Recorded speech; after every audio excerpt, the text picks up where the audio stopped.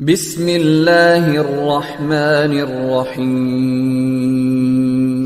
والسلام علی من لا نبی بعد اما بعد فاعوذ باللہ من الشیطان الرجیم بسم اللہ الرحمن الرحیم انما یخشى اللہ من عباده العلماء وقال النبی صلی اللہ علیہ وسلم ان العلماء ورثۃ الانبیاء اللہم صلی علی محمد وعلی آل محمد کما صلیت علی ابراہیم وعلی آل ابراہیم انک حمید مجید اللہم بارک علی محمد وعلی آل محمد کما بارکت علی ابراہیم وعلی آل ابراہیم انک حمید مجید۔ اللہ تعالیٰ کا شکر ہے کہ اللہ تعالیٰ نے ہمیں انسان بنایا ہے۔ مزید شکر یہ ہے کہ ہمیں مسلمان بنایا ہے۔ مزید انعام یہ ہے کہ حضور اکرم صلی اللہ علیہ وسلم کا امتی ہونے کا شرف بخشا ہے، اور مزید انعام یہ ہے کہ ہمارا تعلق اہل علم کے ساتھ جوڑا ہے۔ تو آپ جتنے بھی حضرات تشریف فرما ہیں سارے کے سارے علماء ہیں، خواہ علماء حالن ہیں خواہ علماء معالن ہیں، لیکن ہیں سب عالم۔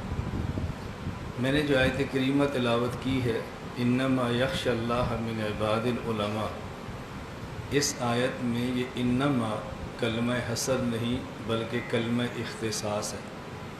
کلمہ حصر کا معنی یہ ہوگا کہ صرف علماء ہی اللہ سے ڈرتے ہیں، حالانکہ یہ خلاف واقعہ ہے، غیر علماء بھی اللہ سے ڈرتے ہیں۔ تو یہ کلمہ اختصاص ہے، یعنی علماء کا خاصہ ہے کہ وہ اللہ سے ضرور ڈرتے ہیں، اور اگر ان کے علاوہ کوئی اور بھی ڈرے تو یہ اختصاص کے منافی نہیں ہے۔ آپ حضرات نے خاصیات پڑھی ہیں ابواب کی، تو خاصہ حقیقی ہوتا ہے ما یوجد فی غیرہ ولا یوجد فی ما یوجد فیہ ولا یوجد فی غیرہ، اور خاصہ اضافی ہوتا ہے ما یوجد فیہ وفی غیرہ، یہ خاصہ اضافی ہے۔ اور حدیث پاک جو میں نے تلاوت کی ہے ان العلماء ورثۃ الانبیاء، اس میں اختصاص بھی ہے اور اس میں حصر بھی ہے، دونوں چیزیں ہیں۔ آپ چونکہ طلبہ ہیں اس لیے مجھے بات کہنے میں آسانی ہے کہ تھوڑے وقت میں بات زیادہ کہہ لیں گے نا، عوام کو بات بہت زیادہ کھولنی پڑتی ہے، سمجھانی پڑتی ہے۔ ان العلماء ورثۃ الانبیاء، علماء کا خاصہ ہے کہ نبی کے وارث ہیں، اور علماء ہی نبی کے وارث ہیں۔ تعریف الطرفین یفید الحصر والتخصیص، اس میں حصر بھی ہے اور تخصیص بھی ہے۔ ہم انبیاء کے ورثہ ہیں، اور نبی کے کمالات دو ہوتے ہیں، دنیا میں کمالات دو ہیں، نمبر 1 علم، نمبر 2 عمل۔ اور نبوت یہ کمال علمی ہے، یہ کمال عملی نہیں ہے، اس کو آپ اچھی طرح سمجھ لیں۔ نبوت کمال علمی ہے، کمال عملی نہیں ہے۔ اس پہ دلیل یہ ہے کسی شخص کا کمال وہ ہوتا ہے جو اس میں ہو اور دوسرے میں نہ ہو۔ میرا ایک شاگرد آپ سے کہتا ہے کہ میرے استاد جی کا کمال یہ ہے کہ وہ سفید پگڑی باندھتے ہیں۔ آپ کہیں گے سفید پگڑی تو ہمارے شیخ صاحب بھی باندھتے ہیں، یہ کون سا کمال ہے؟ میرا شاگرد کہتا ہے کہ میرے استاد جی کا کمال ہے کہ 4 گھنٹے سبق پڑھاتے ہیں، آپ کو کہ ہمارے شیخ صاحب 6 گھنٹے پڑھاتے ہیں، تو پھر میرا کمال کون سا ہوگا؟ کمال وہ ہوتا ہے جو صاحب کمال میں ہو اور دوسرے میں نہ ہو، یا دوسرے میں ہو لیکن اتنا نہ ہو جتنا صاحب کمال میں ہے۔ یہ نبوت کمال علمی ہے، کمال عملی نہیں۔ اس کی وجہ کیا ہے؟ نبی کا کوئی امتی علم میں نبی کے برابر نہیں ہوتا، اور نبوت کمال عملی نہیں۔ نبی کا کئی امتی ایسے ہوتے ہیں جو بظاہر اعمال میں نبی سے آگے ہوتے ہیں۔ رسول اکرم صلی اللہ علیہ وسلم نے ایک حج فرمایا، کتنے امتی ہیں جو 50 حج کرتے ہیں؟ تو بظاہر عمل میں بڑھ گیا نا، یہ کمال عملی ہے۔ تو میں اس لیے عرض کر رہا تھا کہ نبوت کمال علمی ہے، کمال عملی نہیں ہے۔ انبیاء میں سے بعض انبیاء دوسروں سے افضل ہیں، تلک رسل فضلنا بعضهم علی بعض۔ ایک نبی کے دوسرے نبی سے افضل ہونے کی وجہ عمل نہیں ہے بلکہ علم ہے، چونکہ نبوت کمال علمی ہے۔ جس نبی میں علم جتنا زیادہ ہوگا اتنا ہی وہ نبی دوسرے نبی سے افضل ہوگا۔ حضرت رسول اکرم صلی اللہ علیہ وسلم کہ جو عمل کی مدت ہے وہ 23 سال ہے۔ حضرت نوح علیہ السلام کے عمل کی مدت 950 سال ہے۔ فلبث فیہم 1000 سنۃ الا 50 عاما، لیکن رسول اکرم صلی اللہ علیہ وسلم حضرت نوح سے افضل ہیں۔ اگر بنیاد عمل ہوتی تو نوح علیہ السلام افضل ہوتے۔ حضور کا نوح علیہ السلام سے افضل ہونا اس بات کی دلیل ہے کہ نبوت میں افضلیت کی بنیاد علم ہے، عمل نہیں ہے۔ ہمارے نبی تمام انبیاء سے افضل ہیں، اس کی وجہ آپ کے اعمال نہیں، اس کی وجہ آپ کا علم ہے۔ رسول اکرم صلی اللہ علیہ وسلم کا علم تمام انبیاء سے زیادہ ہے۔ اس پہ دلیل قرآن بھی ہے اور اس پہ دلیل حدیث بھی ہے۔ قرآن کریم میں ہے وَإِذْ أَخَذَ اللَّهُ مِيثَاقَ النَّبِيِّينَ لَمَا آتَيْتُكُم مِّن كِتَابٍ وَحِكْمَةٍ ثُمَّ جَاءَكُمْ رَسُولٌ مُصَدِّقٌ لِّمَا مَعَكُمْ۔ اللہ تعالیٰ نے عالم ارواح میں انبیاء سے وعدہ لیا۔ وعدے میں کیا فرمایا؟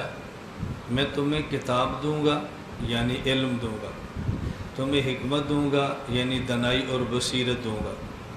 ثم جاءکم، پھر تمہارے پاس ایک ایسا شخص آئے گا، رسول، جو رسول ہوگا، یا نبی نہیں فرمایا، رسول فرمایا۔ رسول مستقل صاحب شریعت ہوتا ہے، وہ شریعت تب ہوگی جب علم ہو۔ تو یہ بتایا کہ ایسا شخص آئے گا کہ جو رسول ہوگا، اس کے پاس اپنا علم مستقل ہوگا، جو گزشتہ نبیوں والا نہیں ہوگا، اپنا علم ہوگا۔ آگے فرمایا مصدق لما معکم، اپنا علم بھی ہوگا اور تمہارے علوم کا مصدق بھی ہوگا۔ کوئی شخص کسی علم کی تصدیق تب کر سکتا ہے جب اس چیز کا علم اس کے پاس موجود ہو۔ ایک طالب علم نے کسی استاد سے حفظ کیا ہے اور اس کے درجہ حفظ کے جو استاذ ہیں وہ استاذ القراء ہیں، شیخ القراء ہیں، بہت بڑے ہیں۔ اب اس طالب علم نے کتاب لکھی ہے نحو کے اوپر۔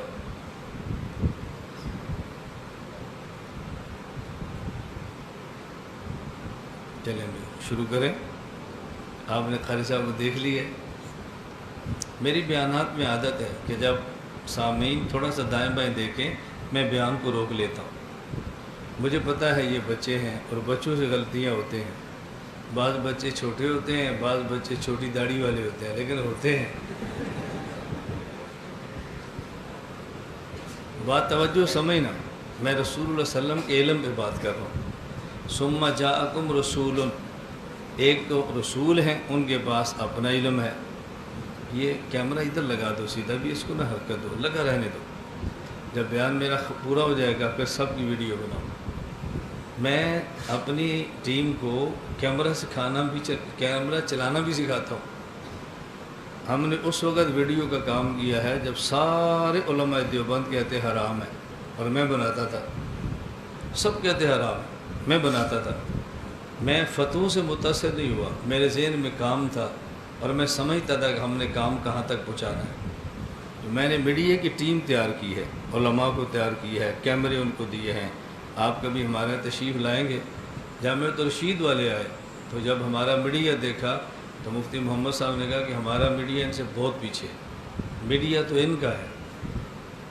خیر میں اس پر چلوں گا تو بات پھر دوسری ہو جائے گی۔ میں اصل بات ذرا سمجھاتا ہوں۔ میں تھوڑے وقت میں زیادہ بات کرنا چاہ رہا ہوں، اس لیے میں زیادہ تفصیل میں نہیں جا رہا۔ ثم جاءکم رسول مصدق لما معکم، ایسا شخص آئے گا جو رسول ہوگا۔ نبی نہیں فرمایا، کیوں؟ نبی وہ ہوتا ہے کہ جس کے پاس پہلے نبی والی شریعت و مستقل علم نہ ہو۔ رسول وہ ہوتا ہے جس کے بعد اپنی شریعت اور مستقل علم ہو، رسول۔ مصدق لما معکم، ایک طالب علم نے استاذ القراء، شیخ القراء، بڑے قاری صاحب سے حفظ کیا ہے۔ یہ طالب علم پھر درجہ کتب میں آتا ہے تو ایک کتاب نحو پہ لکھتا ہے۔ اب اگر یہ نحو پہ لکھنے کے بعد حفظ کے اپنے بڑے قاری صاحب سے تصدیق لکھوا لیتا ہے تو یہ کتاب اس کی علماء میں مقبول نہیں ہوگی۔ کیوں؟ وہ قاری صاحب تو بہت بڑے ہیں لیکن فن نحو کو وہ نہیں جانتے۔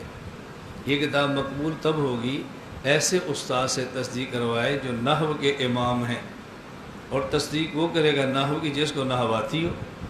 تو مصدق وہ ہوتا ہے کہ جس کی تصدیق کرنی ہے وہ علم اس کے پاس ہو۔ رسول اللہ صلی اللہ علیہ وسلم مصدق لما معکم، یہ مصدق ہیں تورات کے، انجیل کے، زبور کے، صحف کے۔ اس کا معنی کہ آپ کے پاس تورات، انجیل، زبور اور صحف انبیاء کا علم بھی ہے، تو آپ کا علم بڑھ گیا نا۔ رسولن بھی ہیں، مصدقن بھی ہیں، تو آپ کے پاس دو قسم کے علوم آگے۔ پہلے نبی کے پاس ایک قسم کا علم تھا، آپ کے پاس دو آگے۔ تو چونکہ رسول اللہ صلی اللہ علیہ وسلم کا علم تمام انبیاء سے زیادہ ہے، اس لیے آپ تمام انبیاء سے افضل ہیں۔ جب بھی کوئی بات کریں نا اس پہ دلیل دینی چاہیے، بغیر دلیل کے لیے چلنا چاہیے۔ ایک ہوتا ہے مسئلہ عقیدت کا، وہ ٹھیک ہے، عقیدت بھی برحق ہے، اور ایک ہوتا ہے عقیدت کے ساتھ اعتقاد کا۔ عقیدت تو بغیر دلیل کے بھی چل جاتی ہے، لیکن اعتقاد بغیر دلیل کے نہیں چلتا، عقیدے پر دلیل چاہیے ہوتی ہے۔ اور حدیث پاک میں ہے اوتیت علم الاولین والآخرین، آپ کو اولین آخری سب علم دیے گئے، تو یہ رسول اللہ صلی اللہ علیہ وسلم کے افضل ہونے کی وجہ ہے۔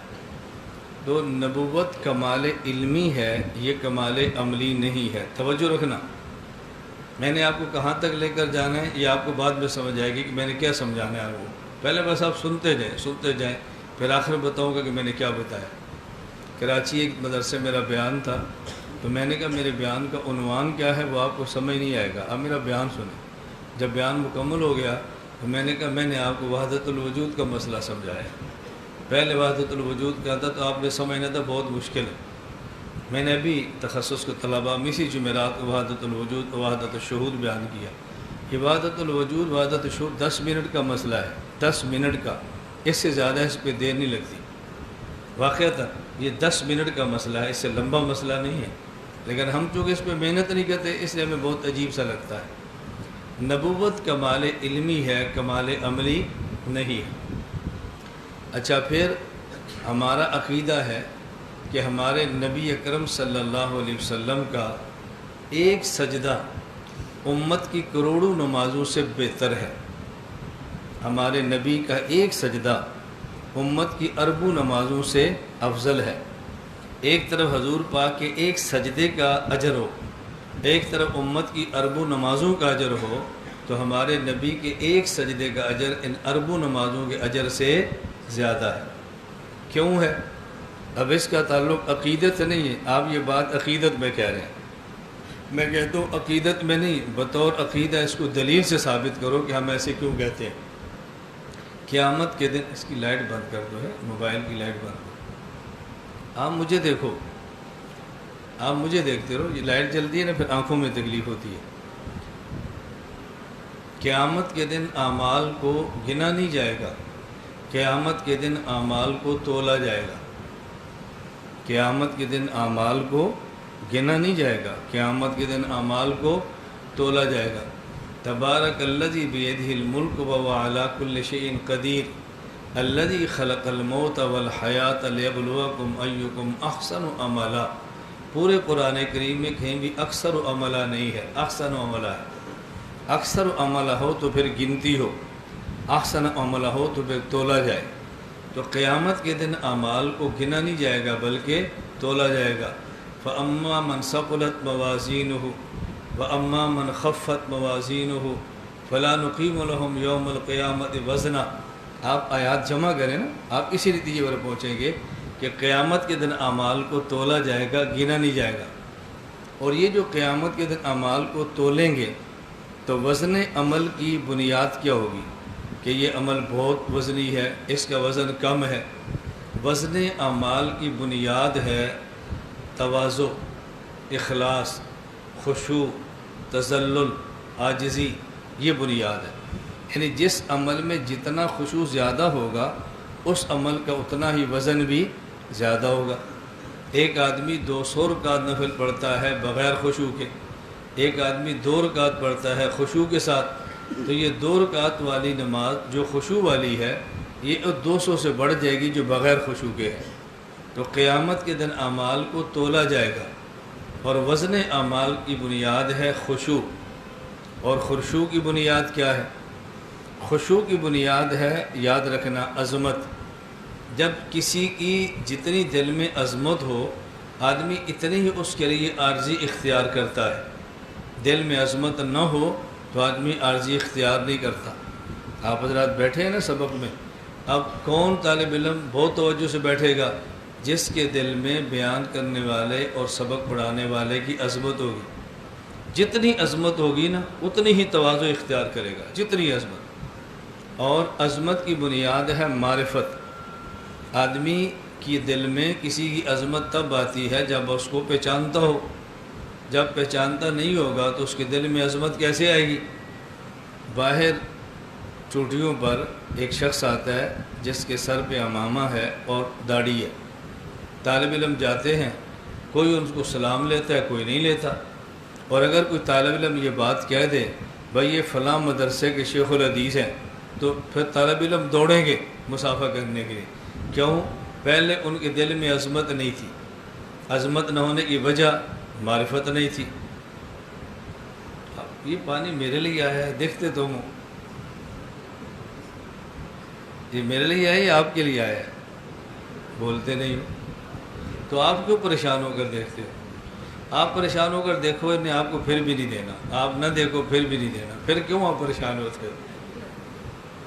میں آپ کے لیے ہوں، پانی میرے لیے، آپ مجھے دیکھو، میں پانی کو دیکھوں۔ نہیں، میں غلط کہہ رہا ہوں؟ میں کس کے لیے آیا ہوں اور یہ کس کے لیے آیا ہے؟ تو آپ مجھے دیکھو نا، پانی کو کیوں دیکھتے ہو؟ اب یہ بات بھی کوئی سمجھانے والی ہے؟ توجہ سے بات سمجھنا، مجھے پھر پیچھے سے لانی پڑتی ہے۔ قیامت کے دن اعمال کو تولا جائے گا، اور وزن اعمال کی بنیاد ہے تواضع، خشوع، اور خشوع کی بنیاد ہے عظمت، اور عظمت کی بنیاد ہے معرفت، اور معرفت کی بنیاد ہے علم۔ جتنا کسی کے بارے میں علم ہوگا اتنا ہی تعارف ہوگا نا، اور جتنا تعارف ہوگا اتنی عظمت ہوگی، اور جتنی عظمت ہوگی اتنی ہی دل میں اس کے لیے تواضع ہوگی۔ اب ذرا بات توجہ سمجھنا، ہمارے نبی پاک کا ایک سجدہ امت کی اربوں نمازوں سے اعلیٰ ہے۔ تو بھئی میں کتنی بار بیان روکوں گا، تم پھر دیکھتے ہو، وہ بھی میرے لیے آ رہے ہیں۔ دیکھ لو ذرا شاہ، یہ کیک میرے لیے ہے آپ کے لیے؟ بولتے نہیں ہو بھائی، تم نہ بولو گے تو پھر بھی تمہیں مل جائیں گے، نہیں ملنے، یہ مجھے ہی ملنے ہیں۔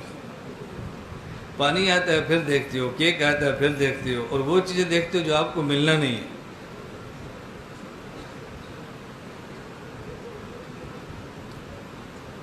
میں ایک بار کھپرو سندھ سے چلا حیدرآباد 5 گھنٹے، حیدرآباد سے کراچی 2 گھنٹے، کراچی سے پھر جہاز کے 2 گھنٹے لاہور، پھر لاہور کام کر کے واپس۔ میں سندھ کے دورے پر تھا تو مجھے درمیان میں لاہور آنا پڑا، تو میرا ایک مسئلہ تھا، اس کے لیے مجھے آنا پڑا۔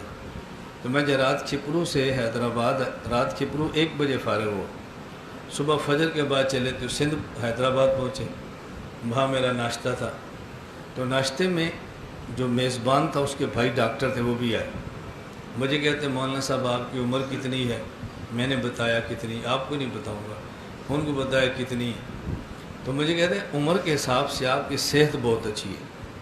میں نے کہا ڈاکٹر صاحب صحت خراب تب ہوتی ہے جب دل خراب ہو، اور دل خراب تب ہوتا ہے جب آدمی دوسرے کی بیوی دیکھے۔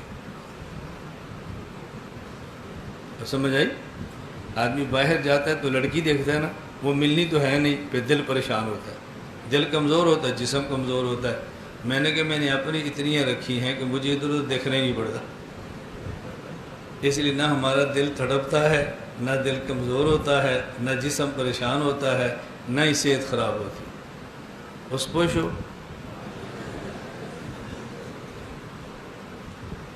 یہ آپ کیک دیکھو گے ملے گا نہیں تو دل پریشان ہوگا نا، صحت خراب ہوگی آپ کی۔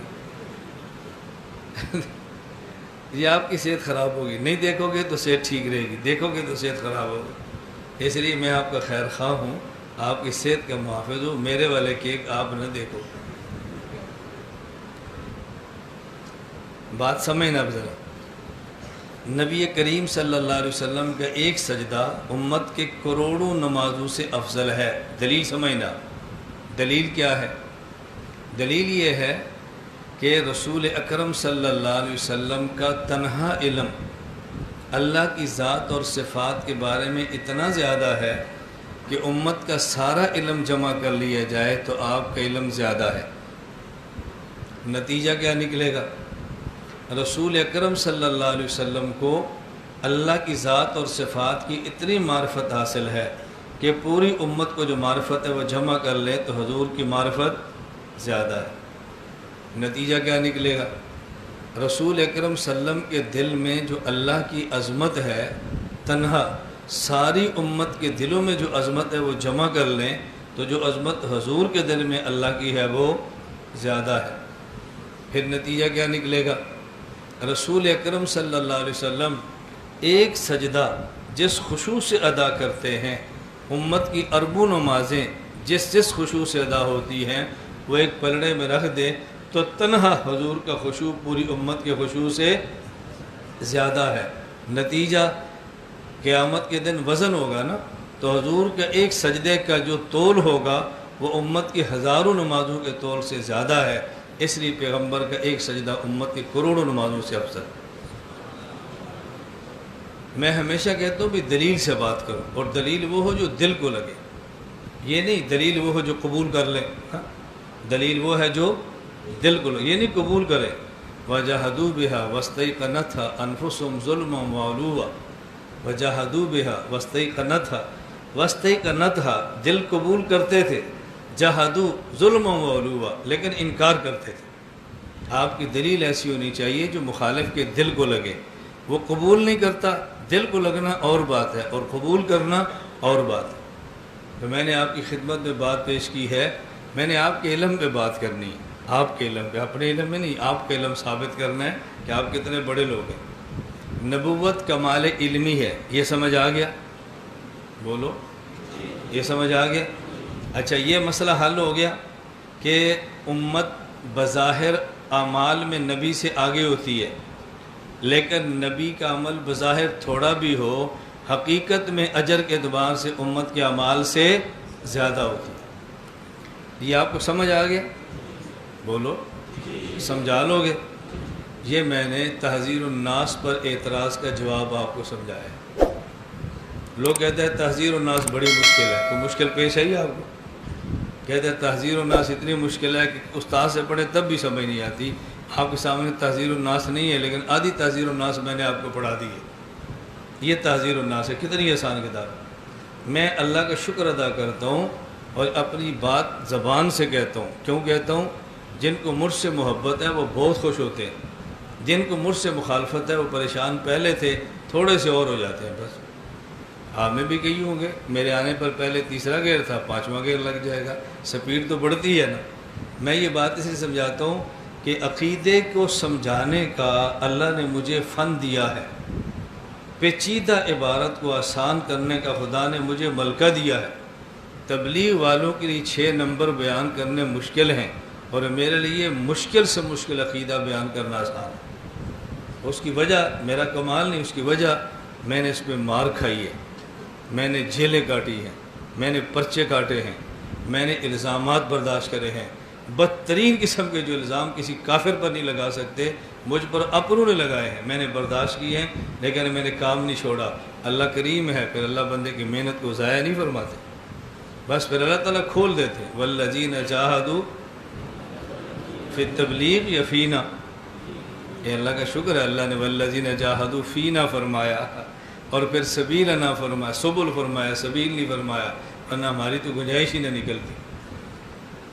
حضرت تحذیر الناس پہ اشکال کیا ہے؟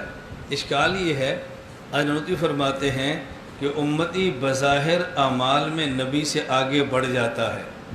اس پر اہل بدعت اعتراض کرتے ہیں کہ مولانا ننوتوی نے حضور کی بے ادبی کی ہے، وہ کہتے ہیں کہ نبی اعمال میں پیچھے ہوتا ہے، امتی آگے ہوتا ہے۔ ہم نے کہا بے ادبی نہیں کی، جو ادب ننوتوی نے بیان کیا ہے تو ہم اس کا تصور بھی نہیں کر سکتے۔ یہ بات آپ کو سمجھ آ گئی؟ دوسری بات اب سمجھیں، نبوت کمال علمی ہے، میں اس پہ عرض کر رہا تھا، اس کو اچھی طرح اپنے سمجھیں۔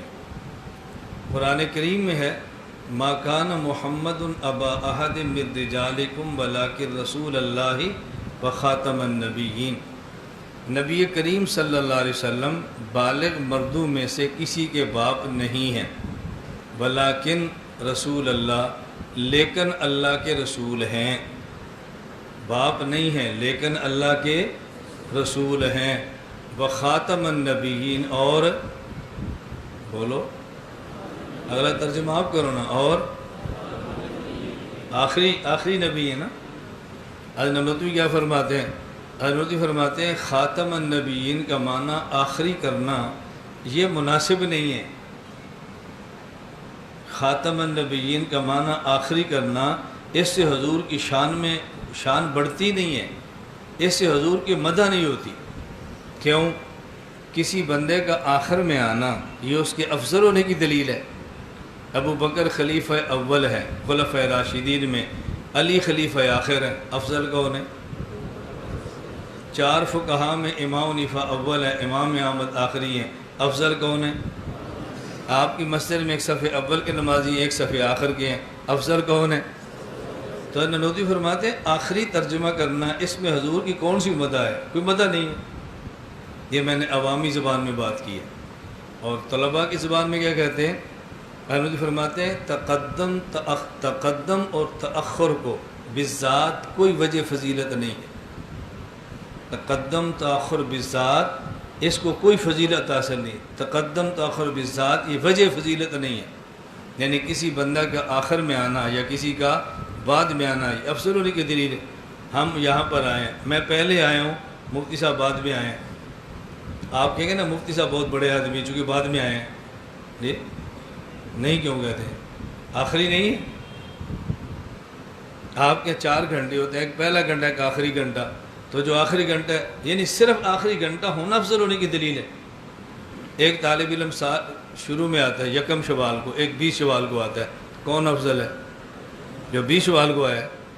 اب دیکھو ننوتوی کی سوچ دیکھو، فرمائے خاتم النبیین کا ترجمہ کرنا کہ حضور آخری نبی ہیں یہ کوئی فضیلت نہیں ہے، یہ کوئی مدح نہیں ہے، یہ کوئی عزت کی بات نہیں ہے، ترجمہ ایسا کرو کہ جس سے حضور کی مدح نظر آئے۔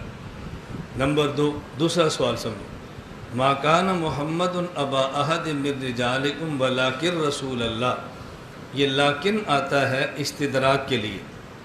استدراک کا معنی کیا ہوتا ہے؟ ایک جملہ لیکن سے پہلے ہے، ایک جملہ لیکن کے بعد میں ہے۔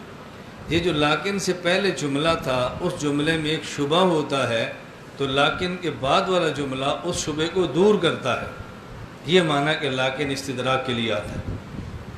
استدراک سمجھ آ گیا؟ اب دیکھو جیسے استدراک میں سمجھا رہا ہوں نا، یہاں کوئی ایسا پٹھان بیٹھا ہو جو مولوی نہیں ہے وہ بھی سمجھے گا لیکن کا معنی کیا ہے، عوام بھی سمجھے گی لیکن کا معنی کیا ہوتا ہے۔ اب حضرت فرماتے ہیں آپ نے کیا ترجمہ کیا؟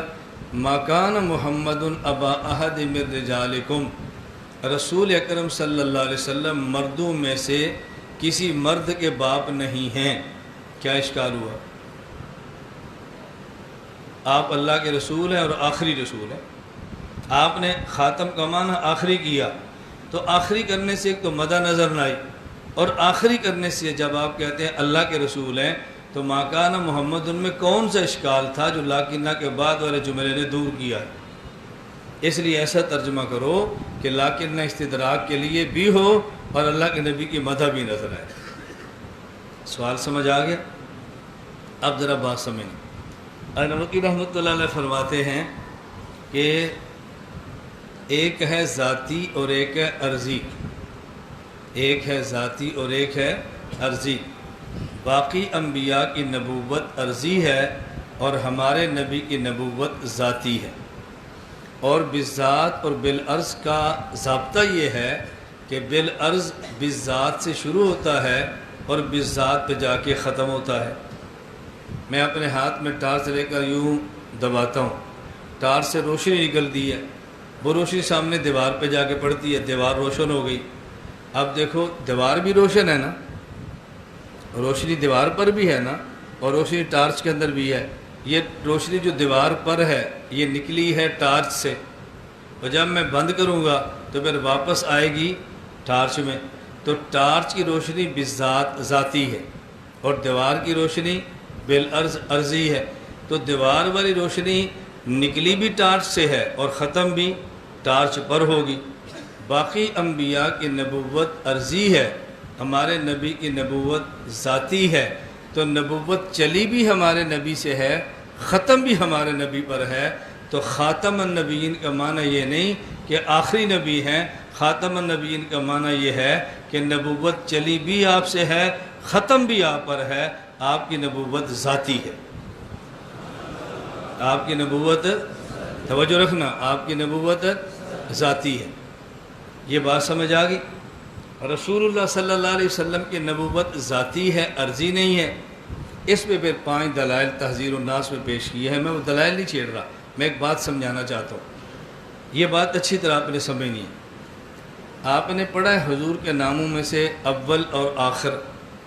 آپ نبی اول بھی اور نبی یا اول ہوں گے یا آخر ہوں گے. یہ کیسے ہو سکتا ہے کہ بندہ اول بھی اور آخر بھی ہو؟ یہ کیسے ہو سکتا ہے؟ ایسا تو نہیں ہو سکتا نا، یا پہلا ہوگا یا آخری ہوگا. آپ اول بھی اور آخر بھی ہیں. مولانا نانوتوی رحمۃ اللہ علیہ فرماتے ہیں کہ جس طرح پرکار آپ زمین پہ رکھو اور آپ ایک گول خط بناؤ، گول خط کو دائرہ کہتے ہیں، اور یہ پرکار کا آپ نے کونا رکھا، اس کے نیچے ایک نقطہ لگا ہے، اس کو مرکز کہتے ہیں. اور یہ جو پرکار اوپر چل رہی ہے گول خط، اس کو دائرہ کہتے ہیں. ایک ہے دائرہ، ایک ہے مرکز دائرہ. یہ مرکز دائرہ جو نقطہ ہے یہ بن گیا ہے لیکن نظر نہیں آیا کہ اوپر پرکار ہے. اور یہ گول خط یہ بنا بعد میں ہے اور نظر پہلے، اور وہ نقطہ بنا پہلے ہے، نظر نہیں آ رہا. تو یہ جو نقطہ ہے مرکز دائرہ، یہ بنتا تو پہلے ہے لیکن جب پورا گول خط بنا کے پرکار اٹھائیں گے تو پھر نظر آئے گا. تو مرکز دائرہ وجود میں اول ہوتا ہے، ظہور میں آخر ہوتا ہے. آدم سے لے کر عیسیٰ یہ دائرہ نبوت ہے. حضرت محمد یہ مرکز دائرہ نبوت ہے، اور مرکز وجود میں اول ہوتا ہے، ظہور میں آخر ہوتا ہے. حضور نبی اول ہیں وجود نبوت میں، اور نبی آخر ہیں ظہور نبوت. اب یہ جو پورا دائرہ ہے، یہ دائرہ یہ اس مرکز کی وجہ سے، مرکز نہ ہو تو دائرہ نہیں بن سکتا. مرکز نہ ہو تو دائرہ. اب دیکھو جب آپ نے دائرہ بنانا شروع کیا تو سب سے پہلے پرکار مرکز پہ لگی ہے نا، اور جب دائرہ ختم ہوا تو پھر سب سے آخر میں اس کو اٹھایا ہے. یہ ہے ذاتی اور عرضی میں فرق. تو فرماتے ہیں ہمارے نبی کی نبوت ذاتی ہے اور باقی انبیاء کی نبوت عرضی ہے. میں خیر اس پہ قرآنی آیات اور دلائل چھیڑتا رہوں گا نا تو آپ کو لطف آئے گا. آپ فیصلہ نہیں کر پاؤ گے سبق ہو رہا ہے یا کوئی جلسہ ہو رہا ہے. آپ فرق نہیں کر پاؤ گے کہ یہ سبق ہے یہ جلسہ ہے. میں خیر جو بات اللہ کرے بات تھوڑے وقت میں سمجھ آ جائے جو بات میں سمجھانا چاہ رہا ہوں. تو حضور پاک کی نبوت ذاتی ہے، باقی انبیاء کی نبوت، توجہ رکھنا، ایک وہ شخص ہے کہ جس کا کلمہ پڑھا جائے، اور ایک وہ ہے کہ جو کلمہ پڑھتا ہے. جو کلمہ پڑھے وہ ایمان لاتا ہے، جس کا کلمہ پڑھے اس پر ایمان لاتے ہیں. توجہ رکھنا، قرآن کریم میں ہے ازواجہ امہاتہم، نبی کی بیویاں تمہاری مائیں ہیں. اور قرآن میں کہیں نہیں ہے کہ نبی تمہارے باپ ہیں. یہ فرمایا کہ نبی کی بیویاں تمہاری مائیں ہیں. نبی کی بیوی ماں تب ہوگی جب خود نبی باپ ہوں گے. حضور ہمارے باپ بنیں گے تو 11 بیویاں ہماری مائیں بنے گی نا. اب نبی باپ کیوں ہے؟ ایک وہ شخص ہے جو ایمان لائے، ایک وہ جس پر ایمان لائے. جس پر ایمان لائیں اس کا ایمان اصل ہے، اور جو ایمان لائے اس کا ایمان نسل ہے.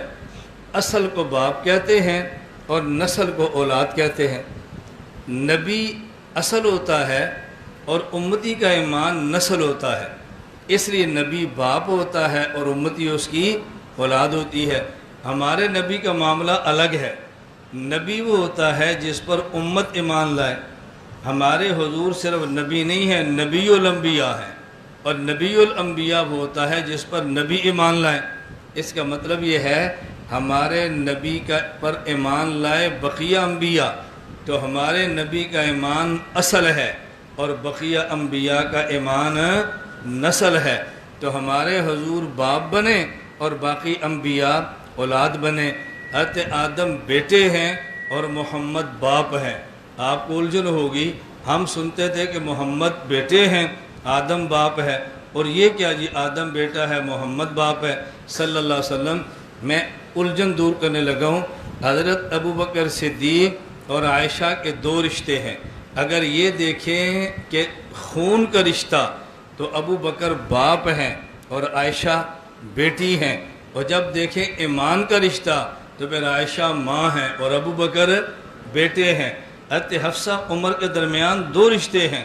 جب خون کا رشتہ دیکھیں گے عمر باپ ہیں، حفصہ بیٹی ہے۔ جب ایمان کا رشتہ دیکھیں گے تو حفصہ باپ ماں ہے اور عمر بیٹا ہے۔ جب خون کا رشتہ دیکھیں گے آدم باپ ہے، محمد بیٹا ہے، اور جب ایمان کا رشتہ دیکھیں گے تو پھر محمد باپ ہے، آدم بیٹے ہیں۔ مسئلہ تو نسبت کہنا کہ رشتہ کون سا ہے، یہ بات اچھی طرح سمجھنا۔ اب جب یہ بات ثابت ہو گئی کہ رسول اللہ صلی اللہ علیہ وسلم سب کے نبی ہیں، اس کا معنی کہ آپ سب کے باپ ہیں۔ اب ترجمہ دیکھیں، ما کان محمد ابا احد من رجالکم، محمد صلی اللہ علیہ وسلم تم میں سے کسی بالغ مرد کے باپ نہیں ہیں، ولیکن رسول اللہ، لیکن اللہ کے رسول ہیں۔ اشکال یہ پیدا ہوا کہ حضور کسی کے باپ تو نہیں ہیں۔ کون سے باپ، جسمانی یا روحانی؟ حضور کسی کے جسمانی باپ نہیں ہیں، تو اشکال کیا پیدا ہوا، روحانی باپ ہیں یا نہیں؟ ولیکن، یہ استدراک آ گیا، ولیکن رسول اللہ، کہا لیکن اللہ کے رسول ہیں۔ جب اللہ کے رسول ہیں تو اس کا معنی کہ روحانی باپ ہیں، کیونکہ حضور کا کلمہ امت پڑھے گی نا، امت اولاد ہوگی، نبی باپ ہوں گے۔ اب یہ معنی کریں گے تو لیکن استدراک بھی سمجھ آ گیا۔ آگے فرمایا وخاتم النبیین، حضور اللہ کے رسول بھی ہیں۔ نمبر 2، میں آخری ترجمہ نہیں کر رہا، اور حضور کی نبوت ذاتی ہے۔ کیا معنی؟ یہ رسول ہیں امت کے لیے اور آپ کی نبوت ذاتی ہے، باقی انبیاء کی نبوت عرضی ہے۔ آپ صرف نبی نہیں ہیں بلکہ نبی الانبیاء ہیں۔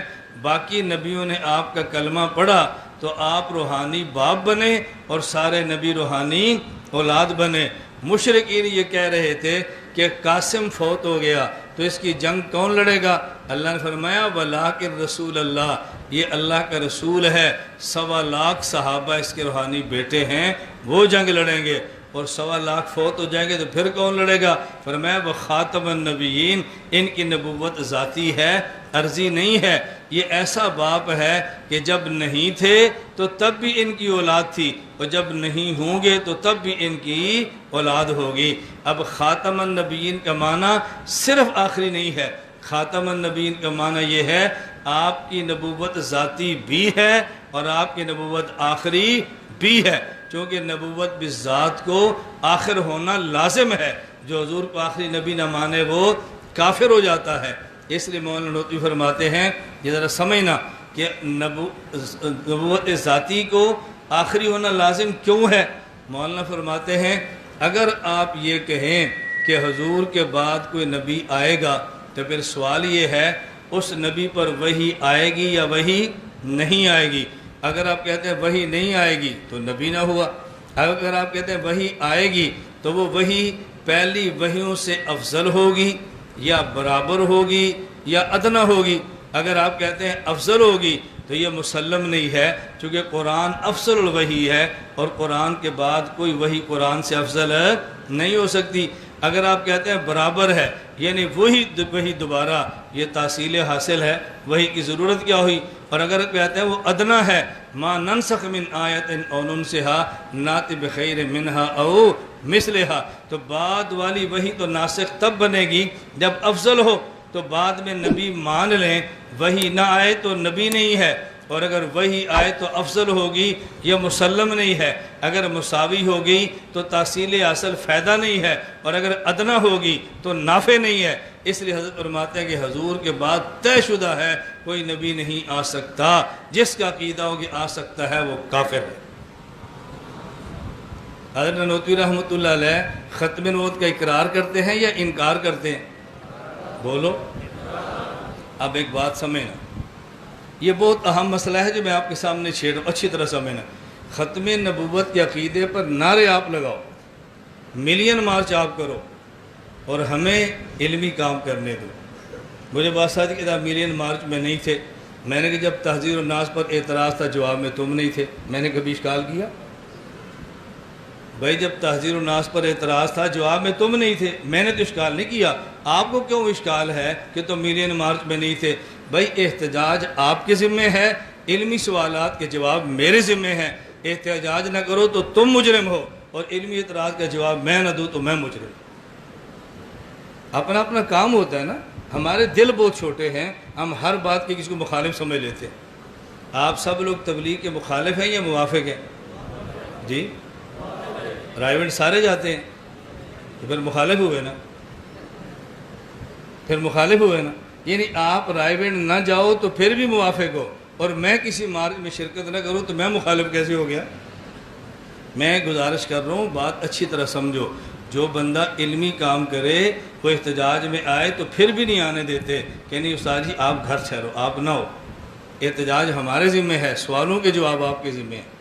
ذرا اچھی طرح بات سمجھنا، جو بات میں چھیڑنے لگا نا اب آپ کا اپنے علم کا بھی اندازہ ہوگا اور مخالف کے اعتراض کا بھی اندازہ ہوگا، توجہ رکھنا۔ حضرت نانوتوی رحمۃ اللہ علیہ نے کیا فرمایا کہ ہمارے پیغمبر کی نبوت ذاتی، توجہ رکھنا ذرا۔ حضرت فرماتے ہیں، اللہ میں بات سمجھنے کی توفیق عطا فرمائے، ہمارے پیغمبر خاتم النبیین ہیں۔ ایک ہے خاتمیت زمانیہ، ایک ہے خاتمیت رتبیہ، ایک ہے خاتمیت مکانیہ، میں مکانی کو بھی نہیں چھیڑتا۔ ایک ہے خاتمیت زمانیہ اور ایک ہے خاتمیت رتبیہ، توجہ رکھنا۔ ہمارے پیغمبر کی نبوت ذاتی ہے، اگر حضور کے بعد کوئی نبی آ جائے تو ختم نبوت ذاتی کے خلاف ہے؟ نہیں سمجھے؟ بھائی ایک ہے زمانیہ اور ایک ہے رتبیہ، حضور کے بعد کوئی نبی آ جائے تو خاتمیت زمانیہ کے تو خلاف ہے نا، لیکن خاتمیت رتبیہ کے بھی خلاف ہے۔ نہیں سمجھے؟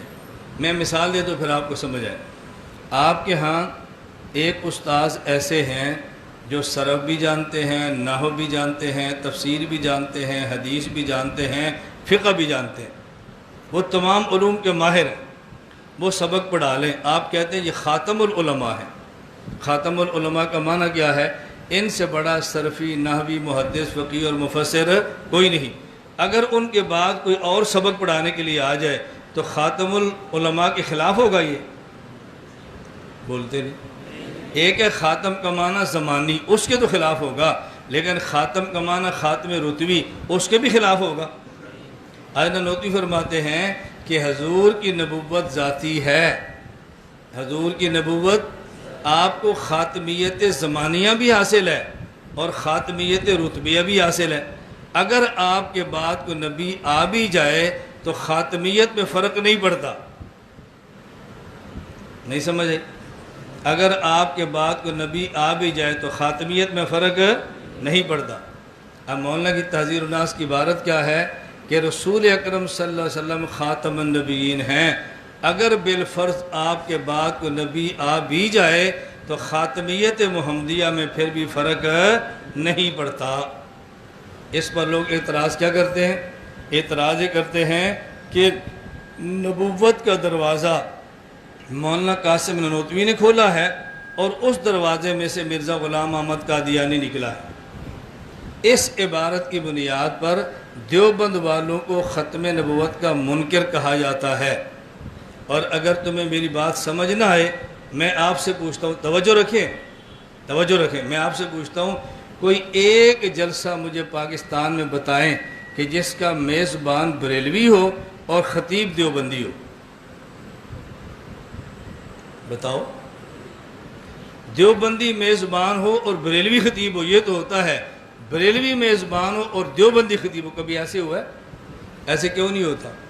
وہ آپ کو ختم نبوت کا منکر سمجھتے ہیں، اور اس کی بنیاد یہی عبارت ہے جو میں نے پیش کی ہے۔ مولانا نوتوی فرماتے ہیں حضور خاتم النبیین ہیں، اگر آپ کے بعد بالفرض کو نبی آ بھی جائے تو خاتمیت محمدی میں کوئی فرق نہیں پڑتا۔ ذرا علمی انداز میں اس کو سننا، آپ نے پڑھا نا، ایک ہوتا ہے لولا، ایک ہوتا ہے لو۔ عربی زبان میں نحو میں لو کس لیے آتا ہے؟ لو آتا ہے انتفاع ثانی کے لیے بوجہ انتفاع اول کی، توجہ رکھنا، لو آتا ہے انتفاع ثانی کے لیے بوجہ انتفاع اول کے۔ لو کان فیہما آلہۃ الا اللہ لفسدتا، یہ اتنا علمی اشکال ہے کہ آپ کے پاؤں سے زمین نکال دے گا، آپ کے پاؤں سے زمین نکل لے گی سوال سن کر۔ یہ کہنا کہ بریلوی ہے، بدعت ہے، فلاں فلاں، علمی سوال دیکھنا ذرا۔ لو کس کے لیے آتا ہے؟ انتفاع ثانی کے لیے بوجہ انتفاع۔ دیکھو، لو کان فیہما آلہۃ الا اللہ لفسدتا، فساد کیوں نہیں ہے؟ اس لیے کہ تعدد الہ نہیں ہے۔ اب ذرا اس عبارت سمجھو، حضرت محمد خاتم النبیین ہیں صلی اللہ علیہ وسلم، اگر یہ لو آ گیا، اگر آپ کے بعد کوئی نبی آ جائے تو بھی خاتمیت محمدیہ میں فرق نہیں پڑتا۔ اگر آپ کے بعد کوئی نبی آ جائے، یہ اول ہو گیا، یہ کیا ہو گیا؟ خاتمیت محمدیہ میں فرق نہیں پڑتا، یہ ثانی ہو گیا۔ اب لو کا استعمال کرو، لو آتا ہے انتفاع ثانی کے لیے بوجہ انتفاع۔ اب انتفاع ثانی کیا ہوگا؟ خاتمیت محمدیہ میں فرق پڑتا ہے، کب؟ کب؟ جب آپ کے بعد کوئی نہ آئے۔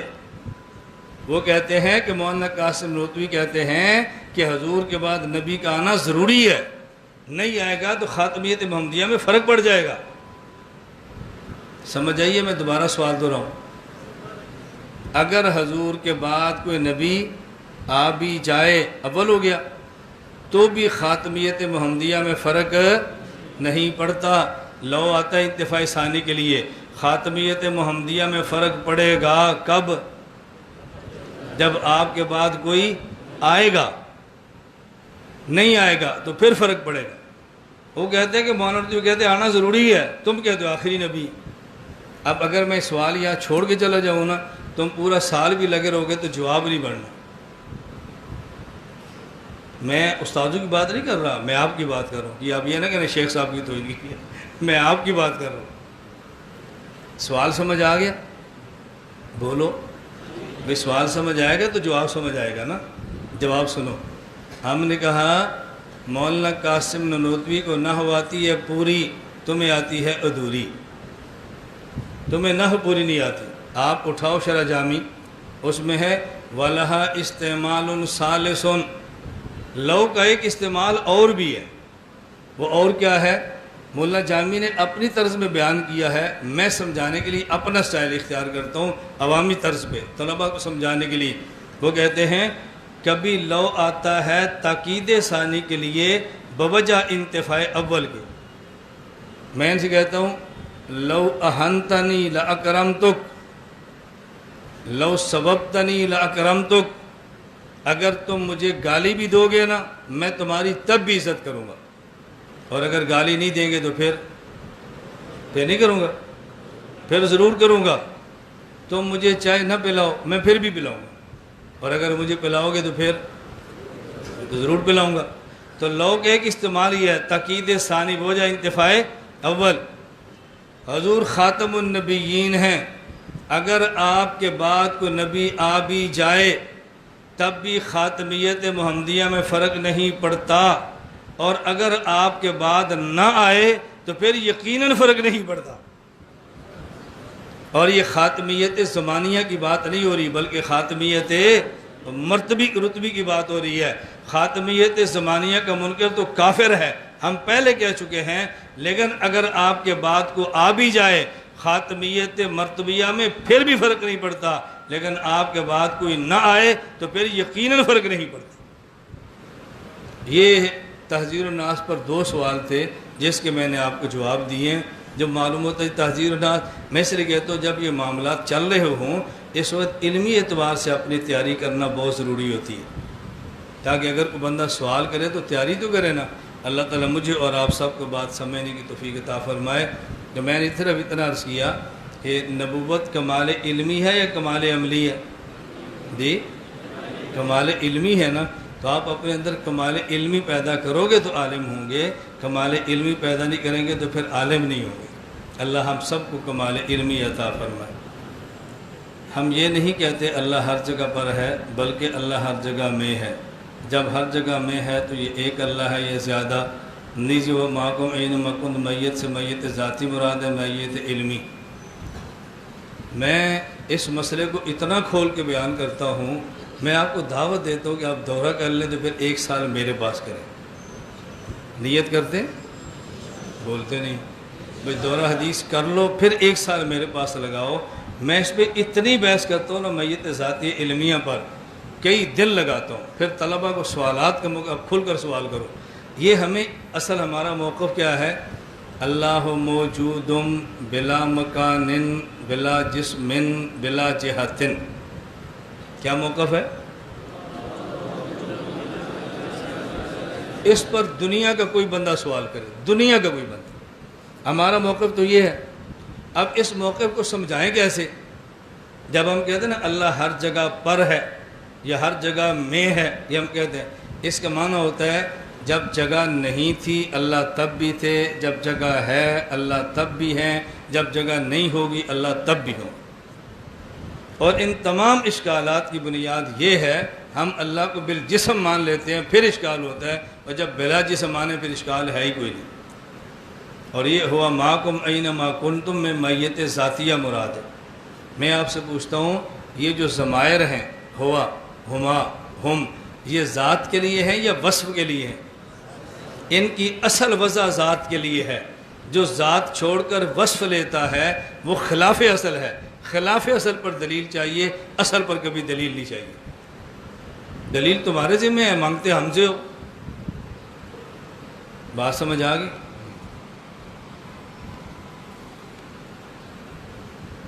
نبوت کل ہے یا جز؟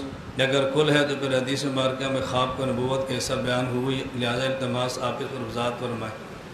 وہاں یہ بات نہیں سمجھائی، وہاں یہ بات سمجھائی ہے کہ رسول اللہ صلی اللہ علیہ وسلم، میری بات سنو، چٹو پر تو میری بات چھوڑ دو گے تو سمجھ نہیں آئے گی۔ تو رسول اللہ صلی اللہ علیہ وسلم کی عمر مبارک کے کل سال ہیں 23 اعلان نبوت کے بعد۔ اب 23 سال بنتے ہیں، اور جب 6 مہینے کرو گے تو پھر 46 ششماہی بنے گی۔ سال کتنے ہوں گے؟ بولو 23 اور ششماہی جی 6۔ تو پہلے 6 ماہ تک حضور پر وحی نہیں آئی، خواب آئی۔ آپ نے پر خواب نبوت کا 46واں حصہ ہے، یعنی 6 ماہ تک مجھے خواب آتے رہے اور اس کے بعد وحی آتی رہی۔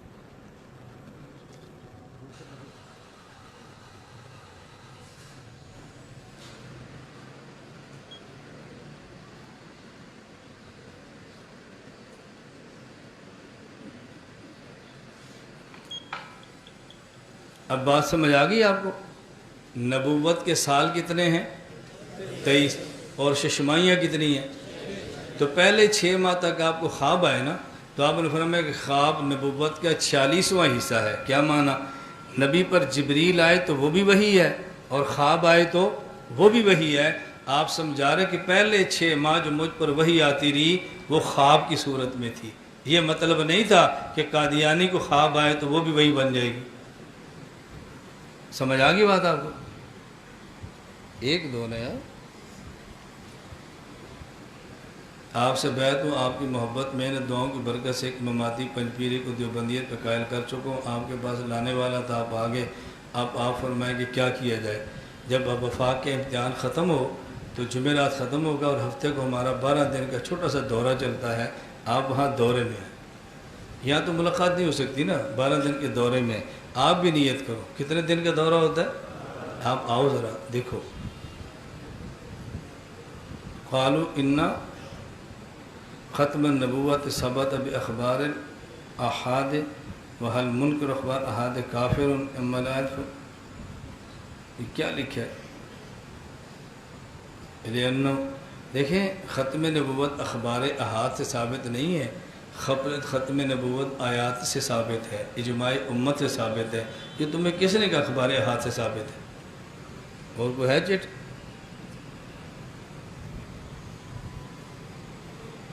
ضمائر ذات پر دلالت کرتے ہیں، مگر صفات باری تو غیر نہیں نہ ذات ہے۔ صفات باری نہ ذات ہوتی ہے نہ غیر ہوتی ہے۔ صفات باری ذات باری کا نہ ہی عین ہوتا ہے نہ ہی غیر ہوتا ہے، تو نہ عین کہہ سکتے ہیں نہ غیر کہہ سکتے ہیں۔